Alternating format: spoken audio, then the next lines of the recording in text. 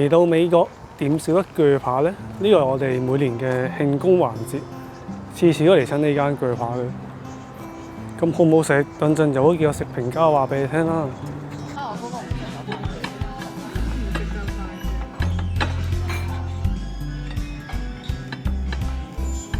食哦，又到我哋食評環節啦。就請兩位食評家評價下呢個，即係叫咩啊？唔食就犯罪扒。呢個叫咩黃桃乜嘢？佢原名唔係叫呢個，佢只不過你慢慢介紹下。佢嘅介紹嗰度寫住話唔食就會犯罪，但係佢原名叫咩啊？一個睇下，睇下，你俾我哋。我哋睇下。喂，呢個英文原名翻唔出嚟好似。好似係咩黃桃乜嘢牛扒？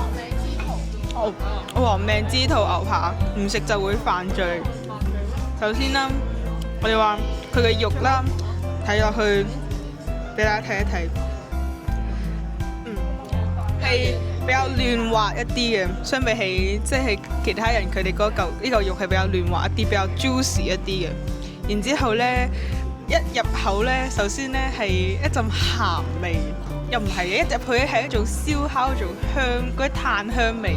然後咧就係鹹嘅味道，因為鹽溶咗之後，你會好鹹。係，但係咧你再咬一咬咧，冇咗啲鹽味之後，就係嗰個肉本身嘅味道。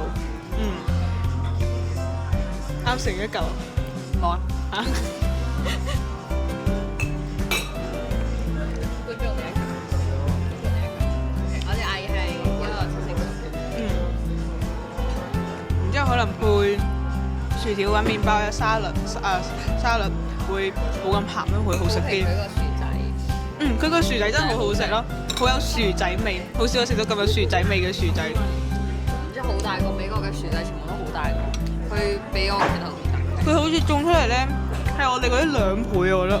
平時喺超市見嗰啲嘅2倍。有條都。咁你推唔推薦啲觀眾食呢個亡命之徒啊？試下咯，係試下啦。因為唔食就犯罪啦。嗱，呢啲就係標準嘅鋸扒，都係咁大把㗎。又係有好重手。Yes。先放下呢個，因為呢個咧平時食草動物嚟嘅，今日忽然之間鋸扒，做乜改咗習性嘅？因為我被演賽啦，好開心啊！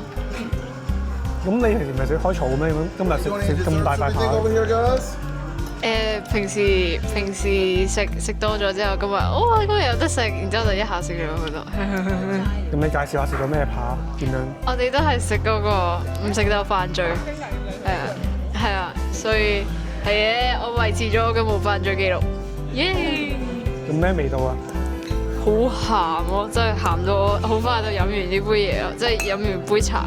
啊，美國啲嘢有咪後飲完之後可以再斟嘅？啊，太好啦！係啊，你噏入去個時候再斟。好嘢，咁我一陣間添翻啲先。咁你平時澳門有冇鋸開扒嘅？路過啲扒房嘅時候會去咯。係啊，咁所以我想問下你呢度同澳門有咩唔同啲味道？塊扒好大嚿。除咗大細之外，好鹹，個鹽啊，好似成個嘴依家黐咗鹽咁咯，好似鹽礦喺我嘅嘴。啲肉質咧？肉質非常之有好煙韌啊！係咪咁講咧？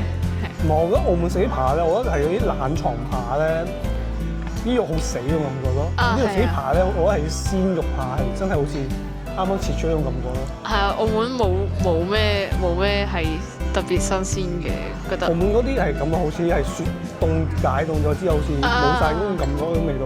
係好似自己屋企煎嘅差唔多，即係。係，所以推唔推薦啲觀眾過嚟食一食扒？好推薦，好正啊！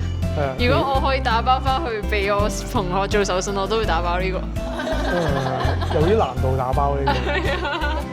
我可以食到我肚度，到時候再嘔翻出嚟俾佢哋。啊！我轉個圈俾大家望一望我哋嘅中央火車站啊，咁樣嘅，咁樣嘅，係咪？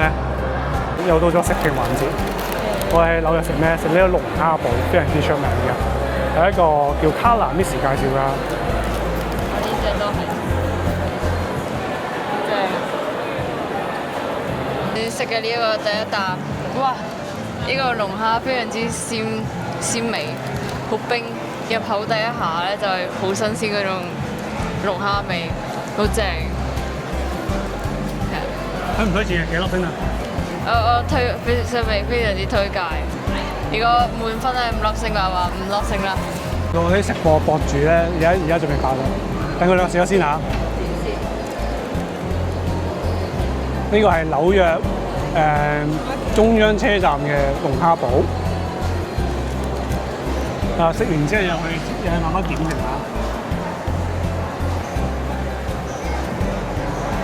呢個好評佢嘅麵包底，首先佢係烘脆咗啦，然後佢有一個其實應該係有蒜蓉同埋黃油喺入邊咯，所以好香我覺得。然後佢龍蝦係啲肉超實淨嘅咯，係件事。唯一覺得喺澳門啲唔同嘅係佢啲料好足咯，即係啖啖都係蝦肉嚟嘅，唔會有其他任何嘅另外嘅配菜，全部冚唪唥都係龍蝦肉嚟嘅。我覺得呢個係非常之實料。知唔知做美食博主最高難度係乜嘢啊？係點樣食得優雅？白優雅。我叫你欣示範下點樣優雅地食呢個龍蝦先。已經用手食得。唔係手嘅問題，係個口嘅問題。嗱，呢個係優雅版嚟㗎。我見過啲嘢食好大啖，跟住即係享受。我問下佢先，有咩食評啊？點講咧？我覺得係好食㗎。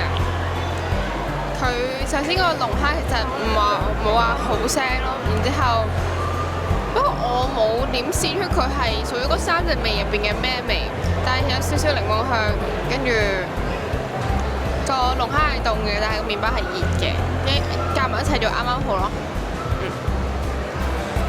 5粒星推薦區而家邊啊4星。隔離一個。